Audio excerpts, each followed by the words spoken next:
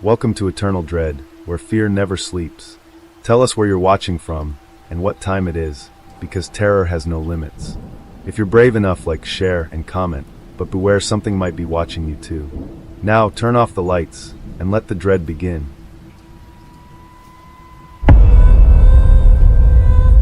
Suicide mentioned. Be warned. Subject 009. Enter the room and sit on the couch. A man in his early 30s entered the room. He looked around a bit nervously and saw the couch. He sat down and started rubbing his arm. I opened my phone. 15:01. I set it down with a countdown of 1 hour. I then nodded to my coworker to start. He nodded back and looked at the console, flipping a switch. I grabbed the microphone. It was the 8th person this had happened to. I'm not sure why we're still doing this, but whatever. I spoke to the man. Subject 009. Do not scratch the itch. He looked around for the voice. Confused, he called out. What? What itch? I don't have a... He looked down at his arm and started scratching. I spoke out to him again, louder and more tense. Do not scratch the itch, 009. I looked down at my phone. 15:03. He put his arms down, looking at it. He felt it. I could too, but I couldn't scratch it. It'll infect me if I do. It already took him. Maybe he still had a chance, so... I saw him stand up and walk around. He's trying to ignore it. Even he knows that scratching it will only worsen it. It'll only worsen his condition. He was diagnosed with stage 4 cancer. His hair had already fallen out, and he agreed to try a new experimental gas that can kill just about anything. All you had to do was not activate it on yourself, as weird as it sounds. All they had to do was survive the itch for an hour. None were successful so far.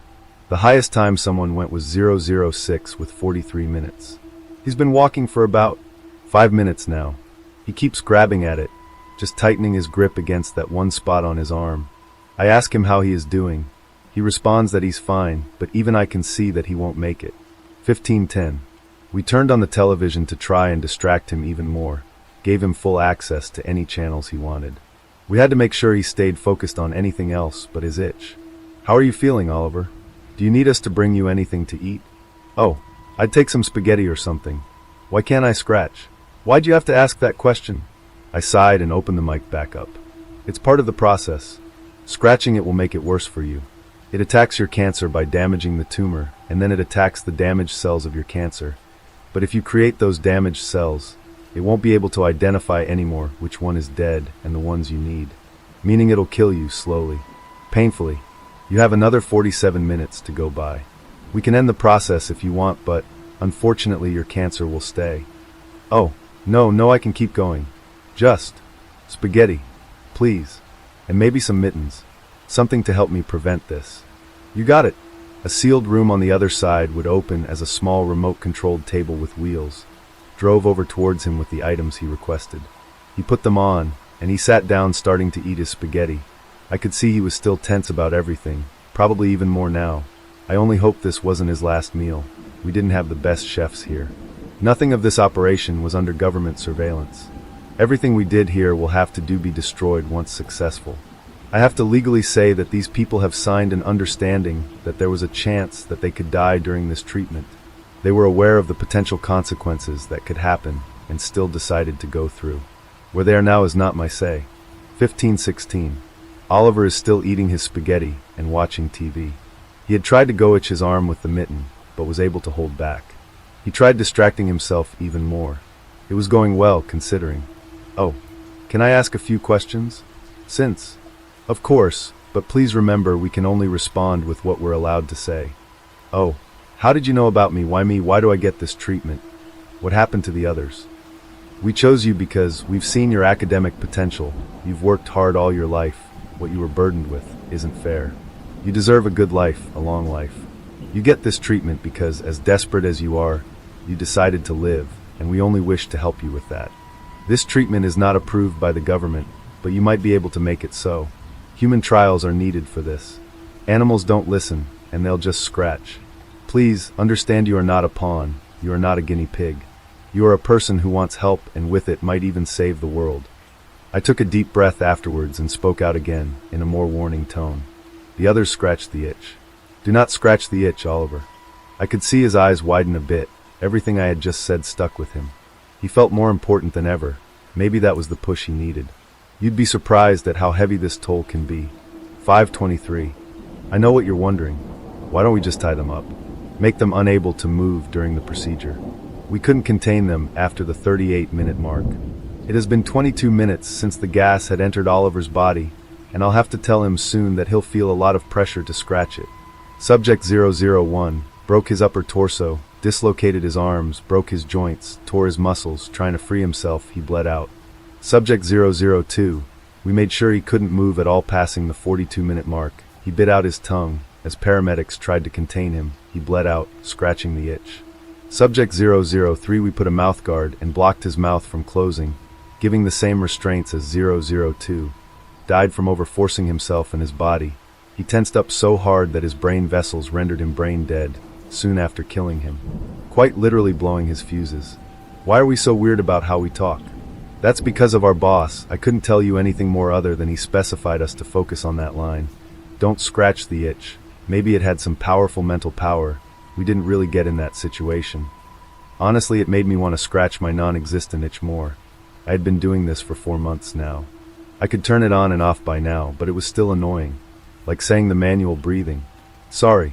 Anyway, we had our orders, we had our pay. It was horrible seeing those people die. Don't get me wrong, but this gas was working.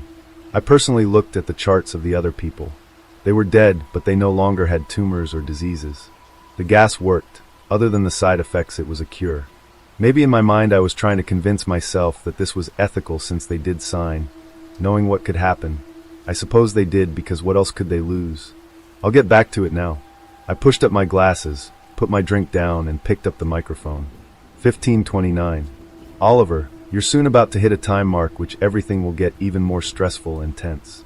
We have not tried to do this yet, but we're willing to give you a choice. We can give you some anesthesia to help your body, but that can increase the chance of failure, or we can let you do your thing and trust you won't scratch it. Oh, what am I going to feel? We've noticed an increase of anger in people hitting this time mark. We'll stay silent until you can tell us that you feel okay, or... Oh, I've dealt with anger all my life. How hard can this one be? I have my methods. So you choose nothing? Oh, can I get some white noises? We can do that for you. He smiled a bit, sitting on the ground as the room started emitting white noise. For the last few people we had done these tests on, I became hopeless, feeling like it was impossible to actually surpass this challenge. But Oliver had fired back a flame of hope inside of me. I remembered the others. I'm sure you're a bit curious. Subject 004. We let her into the room. At that point it was empty, nothing to distract herself with. It didn't last long, about 12 minutes. She begged us to stop. I wish we could have, but the minute after she was already peeling the damn skin off of her body. We had to close the room for 2 weeks to clean up everything. Subject 005. We let him have his phone, but no service, no one to call, but he could play his games. We even put a game console, but that proved to be even worse. It made him lose after not even 8 minutes. He scratched and scratched, not even realizing we were talking to him. When he realized he was too weak to even get up, scalping his muscles out of his body, his veins. The things I've seen in the past month have made me question a lot about the human body, its limits, its potential, its everything. It was in a way. It was incredible, incredibly disgusting and putrid, but it was amazing. The sheer will of what we can accomplish. Sorry again, I'm getting sidetracked, and 006. What she did whilst she was distracting herself, with television, white noises, she was a yoga teacher. She knew how to relax, stay calm and all that. She had a tumor in her brain, unfortunately, and as I've said, she lasted the longest, but without even realizing she had digged her own brain out of her head and the tumor. We have a few theories now about what the gas actually could be, since we don't exactly know. All we know is that it can work. We think it could be a type of invasive hive that attacks abnormalities in the human body, a simple self-correcting gas that heals and destroys the diseases, and such. It all comes back to destroying and healing the body. 15:31. Oliver has started humming to himself the song, Should I Stay or Should I Go by The Clash. I asked him, Oliver, what are you going to do after this? This is something I had asked most people who had made it past 20 minutes. I may have seemed like a bad man. I know a lot of people would have probably seen it like this if I wasn't the one telling the story, but I did care for these people. I hoped nothing but the best for them. I wished for them to succeed. I wished for this drug to succeed. This would cure the world. A lot of them mostly answered with getting back with their family, lovers, make a successful life for helping people. Only for me to see the colors of their eyes leave this world, having left their families quicker than expected. Of course, I couldn't get attached to them, because this was a professional place. I tried not to, but people fighting for their lives, it's inspiring, even if... I'm getting sidetracked again, I apologize.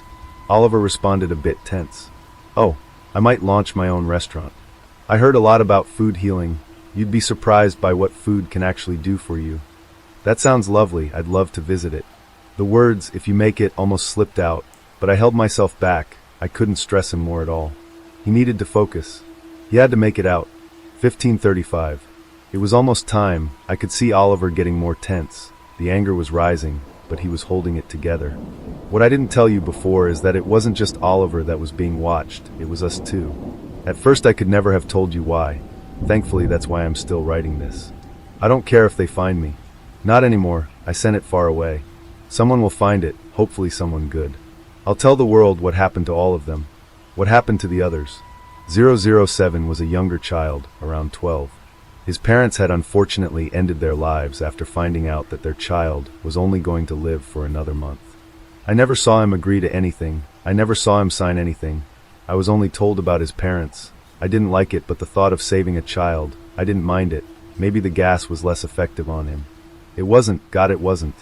He broke the television screen and scratched his skin with a piece of glass, hitting and splitting all of his veins. 008 used the fork we gave him for food.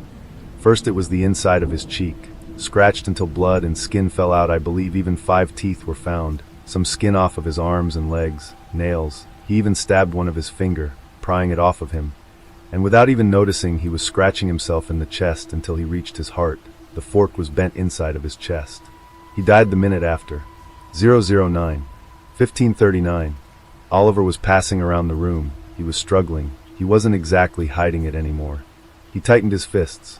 We know what would happen if we tried to communicate with him, but we had to remind him, just in case. Oliver, don't. Oh, don't scratch the fucking itch. I know. You don't need to fucking repeat it. I apologize. Weirdly enough, this seemed to have reminded him of what was happening. He uncurled his fist and gripped the television as hard as he could. He was sweating a lot. He needed something. What could I do, though? I kept looking around the room and back at Oliver, hoping I could help him, but I couldn't. I had to let him do this. 1540. Oh, can you remind me why you guys do this? My eyes widened a bit. I weirdly felt proud. I picked up the microphone and spoke out. Yeah, of course. We do this because this experimental drug is something we have never seen before. The other subjects unfortunately passed away, but the gas had done its work. It removed their diseases. Oh, but they died, right? They did, but I believe that only one person needs to make it through this, and it'll help quite literally everyone in the world. I can't guarantee it, but it's definitely one of the best steps in medicine anyone could take, and you only have 20 minutes and 29 seconds left. He started nodding, agreeing with what I was saying. 1541. I get it. I'm important to you guys right now, maybe even humanity. What an honor. He chuckled to himself, gripping onto the TV even more. I'm pretty sure I could see the bent in it. In case of emergency, in case of anything, gas leak, anything, I had a button to stop everything. I wanted to push it. I wanted this man to live the rest of his life. My boss would have definitely been mad, even probably fired me. If not killed me. I had a lot of information about this place that could shut everything down. I've since then hated myself for not stopping it. He could have lived a normal life. 1545. Oliver had officially broken the record, but he also dented the television. In the last few minutes or so, he broke the television, ripped the couch apart, threw his plate at the wall, and now he was gripping onto what was left of the couch, and he was yelling in pain. The itch was getting into his head. Even I could feel it. But of course mine was fake, it wasn't real. 1549. Oliver was yelling until his voice went quiet. He took raspy breaths, attempting to get all of his anger and temptation out of his body. His arm went limp. I was afraid he was going to lose it like 003. His brain might damage itself with everything he's doing. I kept peeking at the button, knowing I could, but he was doing so well. I just had to keep him going. 1551. I was about to open the microphone again, telling him to hang on, but his entire body went limp, falling to the ground with a loud bang. I asked out, Oliver? Are you okay? Oliver, please answer me. Come on. This wasn't the first person we had lost yet. It felt like someone close. I closed my documents and my notes. Time of death: 1551, new record. 50 minutes. 1553. I heard a loud coughing and gasping in the other room as I was about to leave. I looked up and immediately ran back over to look through. It was Oliver. He was alive. He was standing up. I could see blood pumping out of his ears, nose, and mouth. I gripped the microphone. "Oliver? Can you hear me? Are you all right?" He stood there for a moment, seeming like he was lost, but he quickly regained his memories as he spoke out. "Oh, my body feels lighter. I can breathe so easily. I can smell so perfectly. I can feel everything that's touching me." He took one of the deepest breaths I have ever heard. 1554. He cleaned the blood off of his body and walked up to the window, looking at me. He smiled. 1555. The treatment had worked, or it was finalizing. The world could become a better place for everyone. No more diseases, no more. 1556. I was a bit confused as to why. We were told the treatment was a full hour. Everything seemed fine until the door finally opened. 1557. I remember everything that had happened in those few seconds. I remember seeing those two guards walking in, and they opened fire on Oliver, unloading their magazines into him. I had taken cover as some of the bullets pierced the glass. What the hell? Why would they shoot him? He cured himself. He freed himself. He could have lived longer. 1558. Afterwards, I poked my head out to see Oliver still standing. I looked at him and saw he was still alive. He could move, talk, and do everything. Only he had about 20 holes punctured in his body. "Oh, Oliver?" He looked back at me and smiled. He fell over, his blood leaking out of his body. 1559. They killed him. I remember seeing his eyes leaving our world. I looked up at the guards. "Why the hell did you do that? What's wrong with you? He made it." The guards looked at me and stepped up. "Guard 009 had to be terminated for safety reasons. He came back." "What does that mean?" "He was fine." "Guard, step back, doctor." They had raised their guns at me. I instinctively stepped back, my foot hitting the corpse of the man I once hoped that he was the one that could make it out of this. What was all of this for then? You've kept all of us in the dark about this project. If it's not meant to be a cure for humanity, what the hell is it supposed to be? The guards put their fingers on the triggers, ready to fire, until Oliver suddenly stood back up. His wounds had recovered. 1601. Guard. The procedure was to make him immortal. His cells are no longer capable of being damaged, not permanently. Oliver looked up at his body, seeing the holes close up on their own. He started walking past me, and the guards began gunning him down again. I had to move out of the way. A bullet grazed me, but I was fine. Oliver took their guns, and in an instant I couldn't hear their voices anymore. I looked up to him to see that he had murdered both of them in a single motion. Everything afterwards happened so fast. He ran out of the building, and I assumed he escaped because not one of the corpses we found was his. As of October 20th, 2018, the program was shut down. We were let go, what remained of the staff. But I do believe we are being watched, ready to be taken out if needed. I'm writing this in case you read this, Oliver. Whatever you've become, don't let them find you. I'm not sure who you can trust today, but you have a gift. It'd be wise to let people know about it. I'm not sure who though, I'm sorry. I believe they've caught on to what I'm doing, so I believe this is all I can say. I might die tonight, who knows? I've done my part for the world. Just finished 1 HR ago. A few years ago, I bought a farm for me and my son. It started out as a hobby, a way to distract myself from the death of my ex-wife. Eventually, it grew into a small business, and I began supplying local diners with produce. Things were going great, but it all started to fall apart after I met my new girlfriend, Mindy. Weird things started appearing in my mailbox, like grains of uncooked rice, a bouquet of dead flowers, and oddly enough, my old wedding band. At the same time, some chickens had begun to go missing from one of the hen houses in my backyard. I assumed it was the work of coyotes or wolves, and I set up motion detector lights and cameras to catch them in the act, but none of them ever worked. After trying out my 5th set, I gave up on them entirely. My son, Sean, had just reached the age where he began losing baby teeth. And after receiving his first dollar from the tooth fairy, he became obsessed with the idea of cash for teeth. I caught him stuffing little black pebbles under his pillow one night, and when I asked him what he was doing, he told me he had put chicken teeth under there to trick the tooth fairy. I laughed and tried to explain to him that chickens didn't have teeth, but he was adamant they did because he found them in the hen house. I decided to humor him, and after dinner that night, we armed ourselves with flashlights and headed out the kitchen's back door to the farm so Sean could search for some of his elusive hen veneers. As we passed the barn, something felt off. The pigs were awake and had wandered to a corner of their pen to stare at the hen house. I heard them softly snorting in quick succession, like they were hyperventilating or something. Sean didn't seem to notice, or maybe he just didn't care. He skipped along singing some impromptu song about chicken teeth. As I walked away from the pigs, I began to hear something else, like wet smacking and crunching sounds coming from the hen house. I knew it had to be whatever was killing my chickens, and quickly scooped Sean up and ran back to the house to drop him off and get my gun. I raced back to the hen house, rifle ready in my hands, but I couldn't hear the munching anymore. Instead, I found a message written in hen's blood on the floor of the coop that read, "Till death do us part." Just as I finished reading it, I heard a scream from the house. Sean, I thought, and began running back to the house. I tried the back door, but it was locked. I heard another scream, and I kicked the knob until it gave way. The first thing I saw were more messages written in chicken blood on the floor, walls, and countertops. Cheater, liar, adulterer. I didn't have time to read them all as I barreled towards Sean's room. I burst through the door and saw poor Sean in the corner of his bed, his sheets pulled up to his eyes. "Sean, are you okay?" I said. He didn't respond, but it looked like he was staring at something behind me. I slowly began to turn around, and found myself face to face with the rotting corpse of my ex-wife. She shrieked and pounced on me. I was so shocked I lost my balance, and found myself on my back with the corpse of my ex trying to bite and claw at my face. Still clutching my rifle, I pushed the length of it into her chest to keep her snapping maw away from me. My hands were getting sweaty, and I was losing the grip on my gun. I looked up and saw a centipede crawl out from one of her nostrils and slip under her left eye. All of a sudden she stopped biting, and her head began to violently shake around like a cocktail mixer.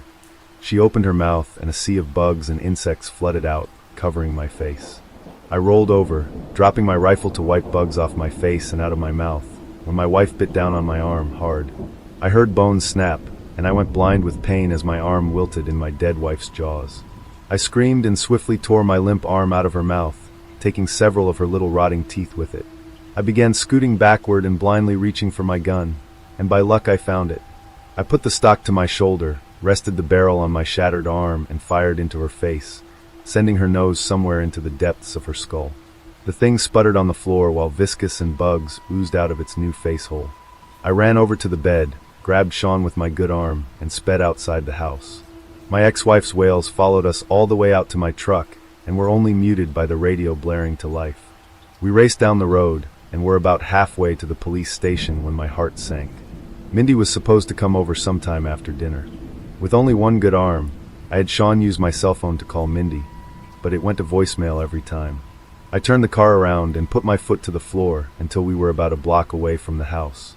I could see Mindy's car in the driveway, and I skidded my truck onto the front lawn, locked Sean in, and I ran inside. The house was dead quiet. So quiet, my own breathing was deafening, and every squeaky floorboard felt like an atom bomb going off. I checked every room in the house until all I was left with was my bedroom.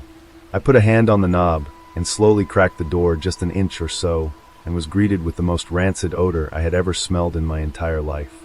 I took a deep breath in and held it as I opened the door, then immediately exhaled into a coughing fit as I fought the urge to vomit. On the bed was Mindy. Her stomach was hollowed out like somebody had taken a giant ice cream scoop to her abdomen. I couldn't believe my eyes, and I think I went into shock because I couldn't explain to you just why I began walking over to her. The tips of her ribs gleamed in the moonlight creeping in from the window. It shone over the black, empty cavity, making her bones look like teeth in the cavernous maw of a beast. I was now standing beside Mindy, and could see that something was carved into her forehead. Gutless bitch. I knew the words were meant for me. The etching was so deep, I could see the white of her skull. I stumbled back, slipping on a piece of intestine that had been carelessly discarded, and rushed back outside to see Sean. I hopped back into the truck, and it dawned on me that in the whirlwind of chaos that had just unfolded, I hadn't even called the police yet. Almost worse, I didn't know what the fuck to tell them. Me and Sean have since moved, and I ended up telling the cops a deranged woman had broken in and chased us out before butchering my girlfriend when she got home. It was all true. They said my story checked out, but they never found who killed her. Rather, they never found my wife. We've traded the farm life for a nice safe apartment with very few hiding spots, and have been living modestly. But the reason I've decided to share all this is because this morning, Sean ran up to me, hands cupped. "Look, Dad," he said before uncupping his hands to reveal small, dark, rotten-looking pebbles. "I found chicken teeth under my bed this morning." I thought it wasn't a big deal. My son is on a rock collecting kick. Well, collecting is being generous. He's just digging up the most random, boring, uninteresting rocks and putting them in a box. I've offered to buy him a collection of gemstones or whatever, but apparently the act of digging them up is the whole point. Our backyard looks worse than when our dog, Sadie, dug up everything that one summer. Holes everywhere. Well, today Ben wanted to bring his shovel to the local state park and dig up some. I wasn't sure if it was legal to take rocks from a state park. It probably wasn't.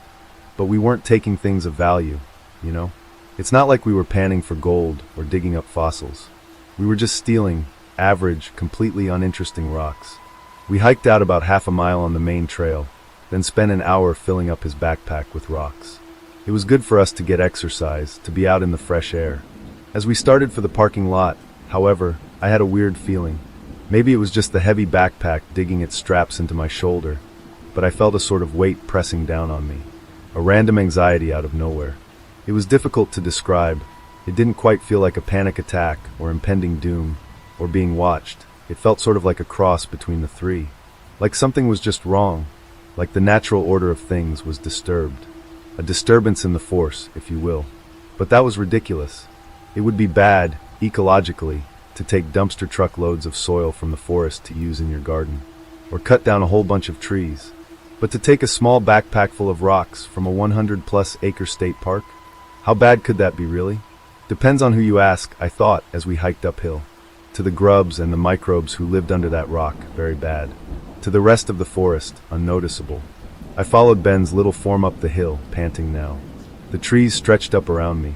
I turned back to see the empty forest, the babbling brook, the trail winding behind a hill. It just felt wrong, like I was bringing bad luck on us, or something. I shook the thought out of my mind. We made it to the car, and I hauled the backpack inside. Then we drove out of the parking lot. In the middle of the road stood a deer. It stared at us with its dark eyes, unmoving. The road was narrow, so I couldn't go around it without risking hitting it. I pressed the horn for a second, letting out the tiniest beep to startle it. An ear twitched. I've never seen a deer this close before. Ben shouted from the back seat. Wow! It looked like it was silently judging me. I lay on the horn harder. The deer finally moved and slowly, made its way across the road. We woke up sick the next day. Those fucking lorries, I told my husband. They're always sick. The kids had a playdate 2 days ago. No doubt that's where we picked it up. Ben stayed home from school. We set up cartoons in the family room, lots of blankets. I brought my laptop over to try to get some work done, even though I was feeling pretty bad myself. My husband left for work. Colds for me always start with a sore throat, but this one felt different. I was getting chills, my eyes were watery, I was stuffed up, and every so often I'd get a sudden wave of nausea. "How are you feeling, buddy?" I asked. "Nauseous? Tired?" He nodded, looking pretty bad. A few minutes later another one of the nausea waves hit. I started for the bathroom, then redirected as I realized I wasn't going to make it. I vomited in the sink. The awful, projectile kind, where your entire body is convulsing and you can't do anything to stop it. More and more vomit. Tears ran down my cheeks. And then, as I was coughing, I felt something strange coming up my throat. Something solid, like I'd swallowed a stone. Before I could fully process it, my body convulsed, and the thing shot out of my mouth. It looked like some sort of vegetative matter, sitting in the bottom of the sink. The convulsions stopped. I grabbed a paper towel and wet it, wiping down my face. I reached out and poked the mass. It stuck together, like it hadn't been digested at all. I flipped it over, and it was dark brown on the bottom. An earthy smell, like soil after a rain, mixed with the acrid smell of vomit. What the hell? Last night I'd had a salad. I'd had half of a bagel today before the nausea started. Neither of those things could really describe what I saw in the sink, unless I somehow hadn't digested the salad well. But then it would have looked like lettuce. This looked almost like moss. I rinsed it down, drank some water, and went back out to Ben. He looked like he was about to fall asleep. Feeling a little better, I sat down at the laptop and tried to get some work done. In the hazy gray of pre-dawn, a deer stood in our backyard. It was a buck, stately antlers attached to its head, piercing the mist. Don't deer only have antlers in the fall? I thought vaguely, still half asleep. Ben had woken up, and I'd measured out some kid's Advil for him. Now he was settling back to sleep, and I had nothing to do but look out the window. I didn't want to use my phone and let the blue light wake me up. I watched as the deer stood there motionless. We'd only had deer in our backyard a few times before. I knew they were crepuscular, active at dawn and dusk, so I guessed this guy was looking for breakfast or something. But then he moved, and I realized just how wrong I was. He started walking towards the woods, but everything about his movements was wrong. It almost reminded me of a bipedal creature, forced to walk on all fours. His rump higher than his shoulders, his back legs too long, bent too much, awkwardly hobbling towards the woods. I ran over to the window, but it was still so dark out. The deer slowly ambled to the woods, spindly, two long legs bending weirdly. My stomach turned. Nothing about this looked right. Then he disappeared. It took me a long time to fall asleep after that. How are you feeling? Terrible, I told my husband, drinking some hot tea. The sore throat had now kicked in, and it felt like I could barely swallow. Ben actually seemed to be doing a bit better than me today. He was able to make it out of bed and was sitting on the rug, playing with his cars. Ben seems better. I know. Thank God for that. I guess it makes sense you feel worse, he said, gesturing to me. How's the nausea? A little better. Then I told him about the deer. But it was hard to describe how weird it looked with words. The dread I felt in my stomach while I watched it. It was probably injured and limping or something, he replied. Or maybe it had that, chronic wasting disease, where the deer looked like zombies. I guess that made sense. By midday I was vomiting again. This time, something slimy and long dribbled out of my mouth. I pulled at it to find a long, yellowed fiber, like a strand of long grass. The seed head was broken open, and a black fungus bloomed over it. It was time to call a doctor. Do you have any history of pica? Pica? Eating non-food items, like the grass you described in your vomit. I shook my head. Do you sleepwalk? Not that I know of. Normally I wouldn't be that concerned, but given your condition, he trailed off with a half smile. I'll get in touch with your doctor. He continued asking me questions, but nothing was really leading anywhere. I'd brought the piece of grass with me in a baggie, and he looked at it. Food contamination, pica while sleepwalking, random things brought up that I knew weren't right. Something terrible was going on, and it had to do with those fucking rocks. The deer. The vomiting. We had taken something from the forest, and it was retaliating. I wasn't a superstitious person. Maybe it was my sleep deprivation, and how awful I was feeling, and my current brain fog. But I became obsessed with the thought that it was the rocks doing this. We'd upset the natural balance. We'd angered something. They were worthless to us, but valuable to the forest. After Ben fell asleep, I bagged up all the rocks and drove out to the edge of the woods. My husband offered to come with me, but I refused, saying I was just getting some milk at the Quick Mart. I didn't want him to think I was crazy. I hauled the rocks into the car and drove to the state park. The main entrance was closed for the night, of course, but the forest extended right to the edge of the road. I pulled over on the shoulder and hauled the bag out of the car, dropping it onto the curb. I zipped the bag open and, one by one, began hurling the rocks into the woods. There were 7 in total. 1. I heard the rock soaring through the air, breaking branches with it. Snap, snap, snap. Then a thwack as it landed on the ground. 2. This was a big one, but I was able to lift it a few feet off the ground and sort of toss it a few feet beyond the tree line. It made a heavy clunk sound as it, presumably, collided with another rock on the ground. 3. This one was small, and I gave it a wicked pitch, sailing through the air. Snap, snap, snap. Then nothing. I stood there confused. It shouldn't have met the ground that soon. Unless it hit something. Zizietseep. Something sailed past my ear. Thwack!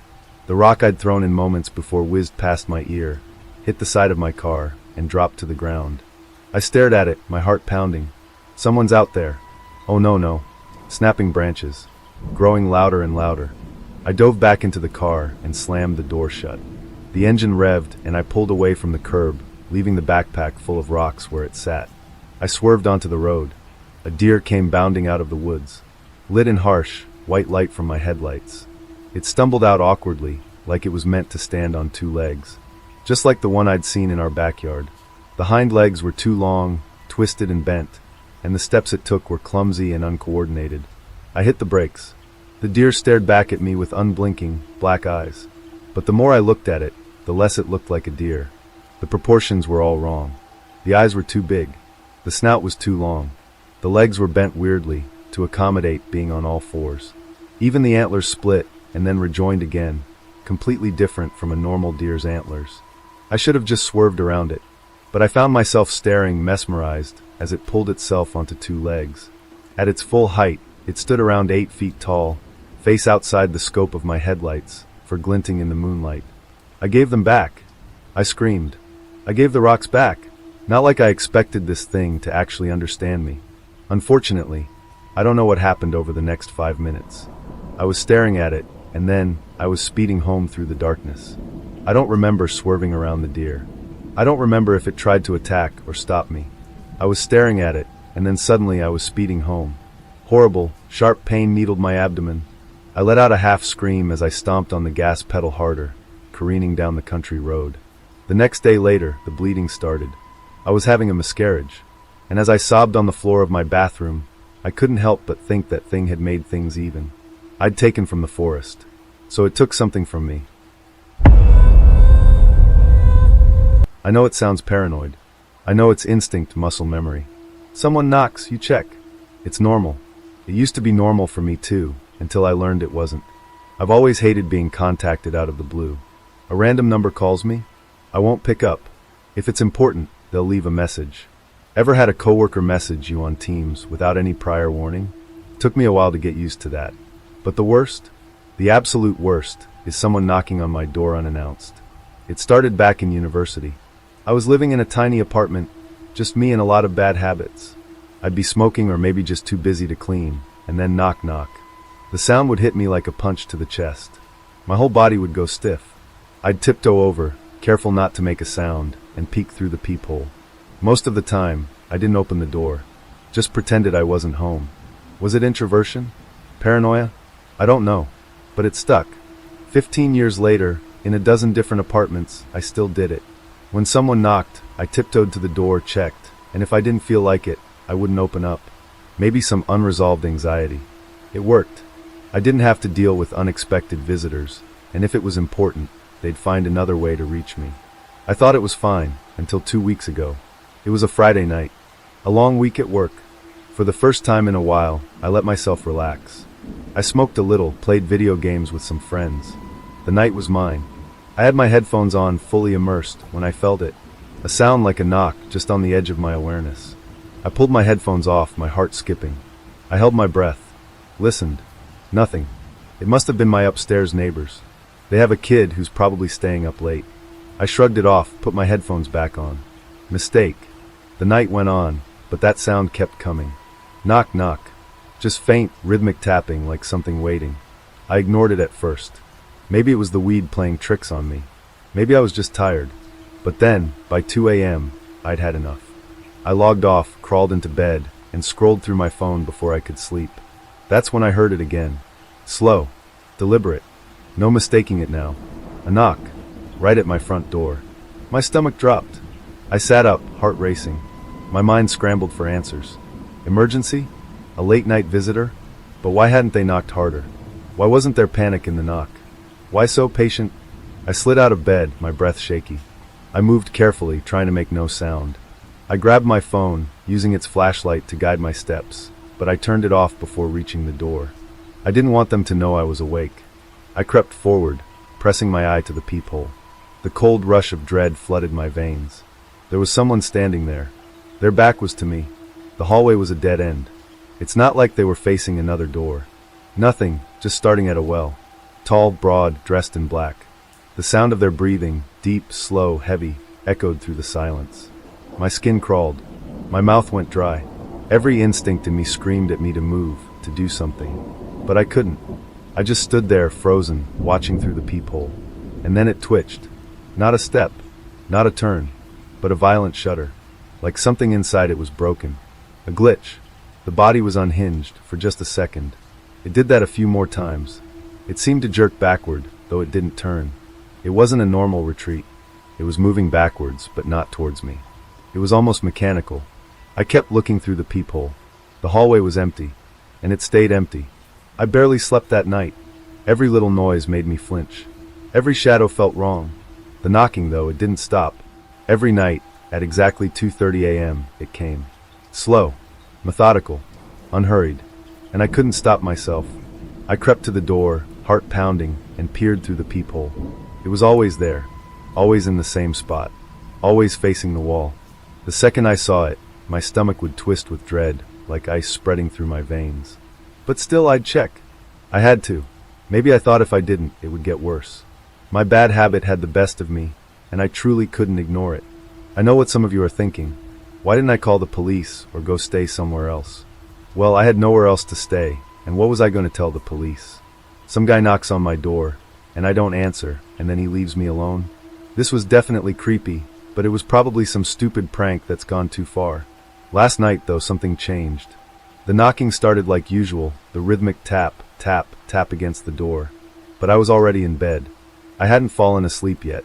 I sighed and rolled over, ready to check it as I always did. But this time, when I looked through the peephole, there was nothing. Nothing at all. No one stood in the hallway. No tall, broad figure. Just empty space. I was already pulling away from the door when I heard it again. This time, it came from behind me. The knocking was at my bedroom door. My blood ran cold. My body froze. The knocking came again, slow and deliberate. I turned my head, panic rising in my chest. The hallway was dark, the bedroom door shut tight. Knock, knock, knock. Louder, rattling the wood. My legs trembled, and I frozen between my front door and my bedroom door. I didn't know what to do. The doorknob turned. I stumbled backward, gasping. My heart felt like it was about to explode. The air grew thick, suffocating. My breaths came in shallow bursts, like I couldn't get enough oxygen. Knock, knock, knock. The last one was a crash, a thunderous bang that shook the walls. And then silence. I didn't move. I couldn't move. It felt like hours before the first light of morning crept through the blinds. Only then did I dare go into my bedroom. It was empty. Tonight, I know it will come again. But I won't look. Not this time. Because I know if I do, I won't be looking at it. It will be looking at me.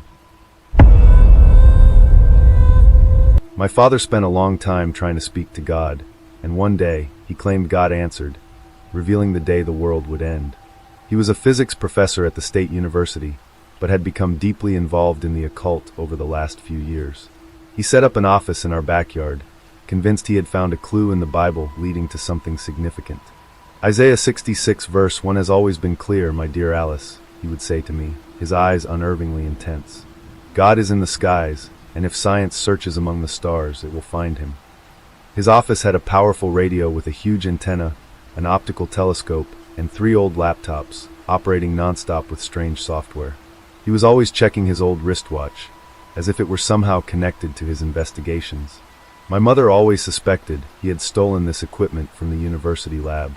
She was the silent victim of his obsession, trying to remain understanding and patient, hoping he would return to normal eventually. My siblings and I, however, were in high school at the time and had grown tired of hearing that our father was nuts. Other kids thought we were eccentric, seeing my dad taking his telescope down the street at dusk, trying to get the best angle of Venus while reading the Bible out loud, always wearing the same clothes the whole week. I hated it. One day, we all woke at 5 a.m. to his shouting from the garage. He was jumping with excitement over a new signal he had received. It's undeniable proof that he is telling us something, he told us, his hair and beard wild, now untrimmed for months. We thought that maybe he had finally lost his mind. He had found signals before, and they had always turned out to be satellite noise. So, how's the signal, Dad? One of my brothers asked the next morning. He answered nothing, just seriously refilled his coffee and walked back to the garage. We all assumed he had figured out it was another dead end. The day after that, a Saturday, I was really excited about a night birthday party I was invited to. A boy I had a crush on was going to be there. But in the morning, my father called us all to the living room, his face urgent. No one should leave this house. The world is coming to an end today, he muttered, pacing frantically and checking his wristwatch. He looked like he hadn't slept in days. I did everything to interpret his message, hoping I was wrong, but I fear this was the warning. What do you mean? My mother asked, uneasy. God, honey, he murmured, gripping her shoulder. He showed me signals that prove today is of the highest importance. And how do you know it's the date of the end of the world? One of my brothers questioned. Because the message was undeniable. He is coming. And the Bible clearly states that the end will begin when... Dad, come on, not now. I cut him off, sighing. I have something to do tonight. I can't just stay here based on this crazy theory of yours.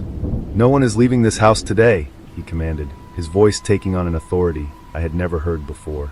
We must stay together, and he shall save us. Trust me, you'll understand soon, my dear. Frustrated, I tried to argue back to no success.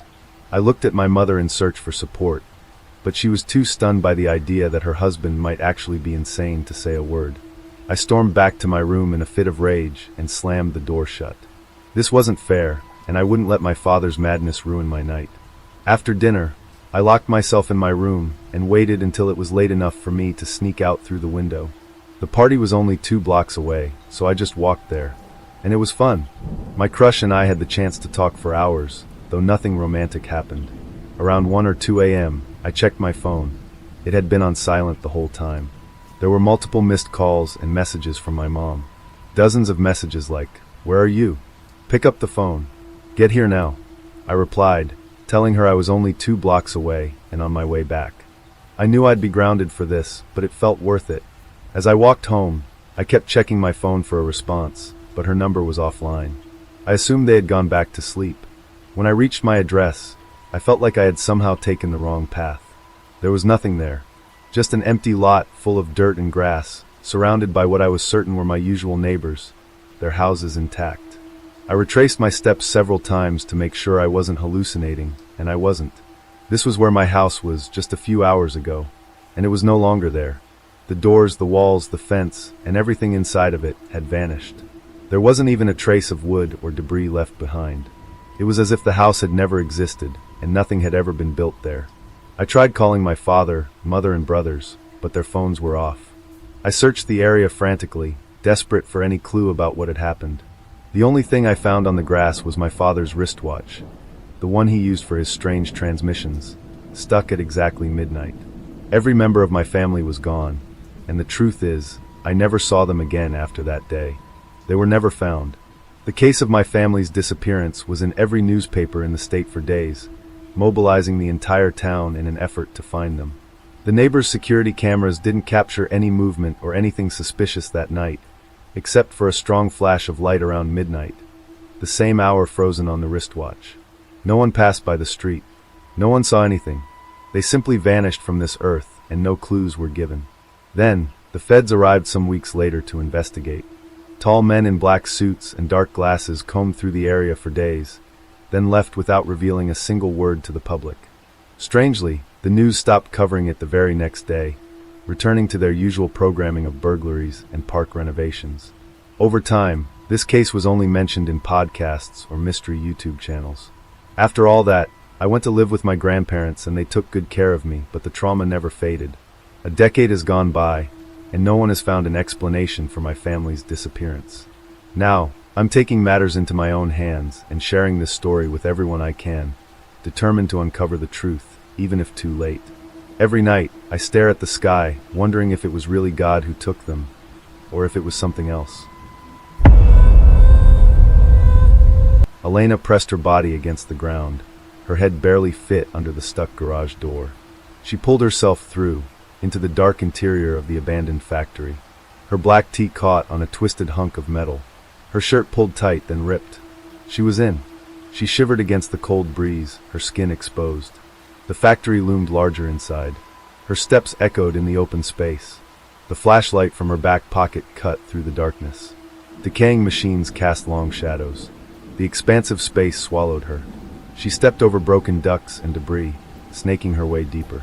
Sufficiently entombed by the factory, she held her phone up and hit record. "We are inside the abandoned factory," her voice carried far. She tilted the phone down to reveal her ripped top. I almost got in clean too. She flipped the phone around to show the machines. Enough of me, take in the atmosphere here. Her flashlight lingered on complex machines and decaying posters as she explained the history of the building and the alleged haunting. "It's only been a whisper, but I'm here to capture proof, for you my adoring fans," she said with a grin. A stray rust-red pipe snagged Elena's foot. The flashlight and phone hit the dust-covered floor as she caught herself. An echo rang out, and for a moment something else. Footsteps? Silence. She stood.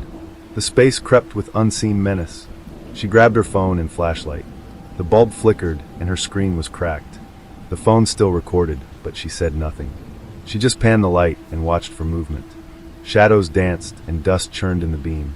The tear in her shirt exposed her vulnerability. Her heart thrummed. As the light crossed the doorway, the shadows shifted unnaturally. Something slipped beyond the opening. She wasn't alone. Her hands trembled, and she whispered into the phone. "Holy shit, I just saw a ghost." Adrenaline surged for proof of the paranormal. She stepped towards the door, making sure to capture the doorway in frame. A metallic clang echoed from the other side of the doorway. She hesitated. "Shit," a deep, southern voice shattered the tension. Before Elena could react, he stepped into view. His disheveled mass of long black hair covered his face. His skin was bare, covered in grime and grease. His pants hung loose at his waist, riddled with holes. Elena shrieked and took off toward the exit. The man pursued. The factory blurred into a maze. Debris threatened to trip her at every step. The man was close, his footsteps heavy. Pain ripped into her calf. Jagged metal. She kept moving, but the cut was deep. His footsteps grew wet with her blood. "You bleeding like a stuck pig," he said, his giggles echoed behind her. "Leave me alone." She slowed, the pain bursting through her. Warm blood streamed down her leg. The garage door she entered was a few yards away. Ragged gasps for air filled the corridors as footsteps bounced off the walls. "I am going to die." She knew it. She kept pushing. The flashlight and phone felt like bricks. She threw them behind her, hoping to hit the man. The moonlight illuminated the crack she squeezed into. "I got plans for you." She faltered mere steps away from the exit. She scuttled across the dust and rust-covered ground. Freedom was so close. She grabbed the underside of the door to pull herself out. Tobacco and gasoline overcame her. A hand gripped her shirt and yanked. She screamed. Her grip on the door failing, she looked back. His eyes glistened in the moonlight, glowing. His teeth, yellow with decay, caught the light as he grinned. He pulled hard. The shirt gave way. The man stumbled back. She pulled herself out and ran toward her car. She looked back but saw nothing, just her blood and limping footsteps. She fumbled with the keys in her bloody hands. The engine roared to life. She sped away. The flashlight was ruined, the phone's glow lingered. Still recording. People still watching. The screen shook, it lifted off the ground. 2 pricks of light and a wide smile take up the screen. "Come back." On the city lines sits an old, rotting grocery store. It's been there as long as I can remember, which is at least 16 years. Honestly, I'm not sure if it's ever really been in business. Everyone I've ever spoken to has never shopped there. Hell, I'm pretty sure no one has even ever stepped foot in the place. Right now, I'm enrolled in a research class in my high school. The class was structured to where you did 3 projects. 1 group project, 1 research paper about a specific topic given by the teacher, and then the final research paper about any topic of your choosing. My last 2 projects were okay. I made A's on them, but this final is the real reason I took the class. I needed to learn about this old grocery store. I don't know why I had this obsession with it. I live on the other side of town. I have no ties to the store. But something about it is so alluring. It pulls me in like worms on a hook pulling fish. I haven't gotten a good chance to go by the place. There's old police tape all around the parking lot, and the doors are boarded up with 2x4s. There isn't much news about the place, and I've had to do almost all my research at the local library. The librarian, Mrs. Collins, is sweet and lets me use the archives free of charge. I'm grateful for that. She seems to be very interested in my research project. I think she's like me. The old place pulls her in as well, but I don't think it's got its talons in her like it does me. I'd pile up in a small corner of the 2nd floor, pulling 5 or so books off the shelves at a time. Occasionally Mrs. Collins would check in on me, and now and then she'd bring me some snacks or a bottle of water. I have to admit, we've grown quite close. "Clara? Dear, it's late," her soft voice spoke, snapping me out of my trance. "Okay, I'm busy," I brushed her off. "It's 7:30 and I need to head home soon." "You've been here for hours," she explained, walking over to me and picking up a few books I had discarded. This was a common conversation we had. I'd get absorbed in my research, and she'd be there to kick me out. I did appreciate her. It was the only reason that I would go home most days. There were only 2 times I found it mentioned in newspapers, its opening and closing dates. It opened on Monday, July 22nd, 1996. Then, the place closed in December of that same year. I couldn't find an exact date of closing, but the headlines were published on Monday, December 16th, 1996. It was run by some old married couple, the Smiths.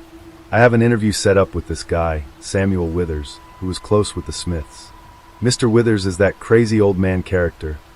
Lives at the end of the street in a decaying house. Yells at kids to get off his lawn. You get the picture.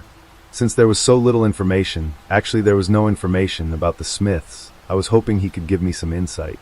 But, before then, I needed to check the place out. I figured that seeing it in person could teach me a lot about it. So that brings me to tonight. About 3 hours ago, I was standing in the parking lot, dressed in all black and hidden in the dark of the night. I had a flashlight, my phone, a camera, a hammer, and a gas mask. I had thought this all through. Take as many pictures as I could and document everything. Don't touch anything, don't breathe in anything, etc. This place had been abandoned for nearly a year. No telling how toxic the air was, hence the gas mask. I parked my car across the street. Nobody was out here, and the police weren't patrolling the area. Nobody ever came this way anyways. Gripping the hammer tightly, I stalked over to the door and evaluated the planks of wood. It looked like the wood boarding up the doors was rotting. I pushed on my gas mask, not wanting to die today, and started swinging. The wood broke with ease, splinters flying everywhere. A few nails fell to the ground, and eventually the whole thing caved in on itself. Stepping inside and shining my light, the smell of rot hit me in the face. Holy shit, I mumbled, taking a small step back and reaching to cover my nose.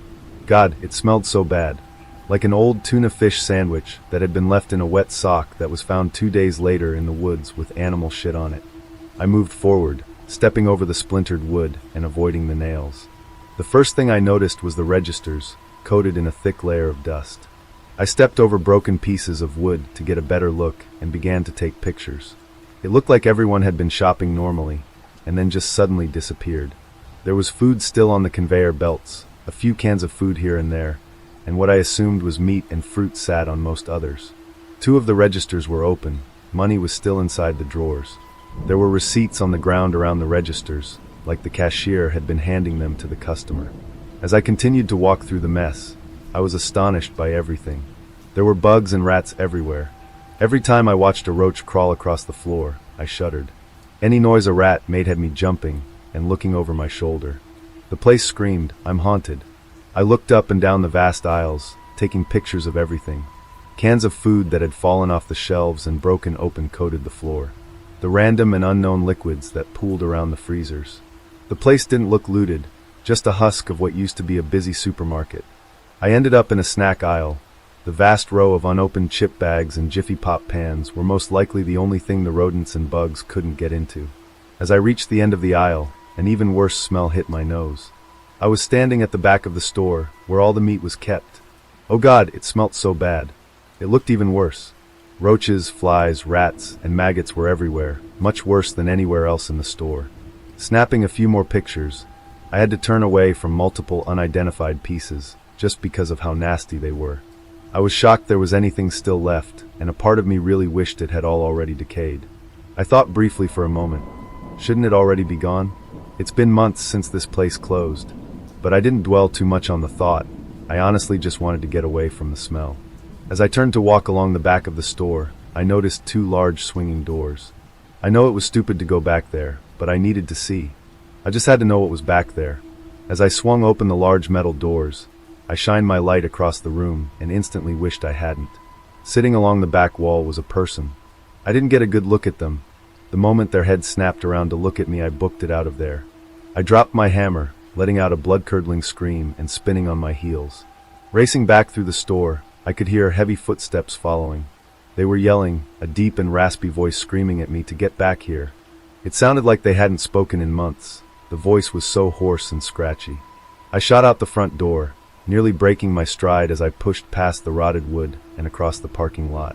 As I made it to my car, I glanced back to see the shadow of a person standing in the door.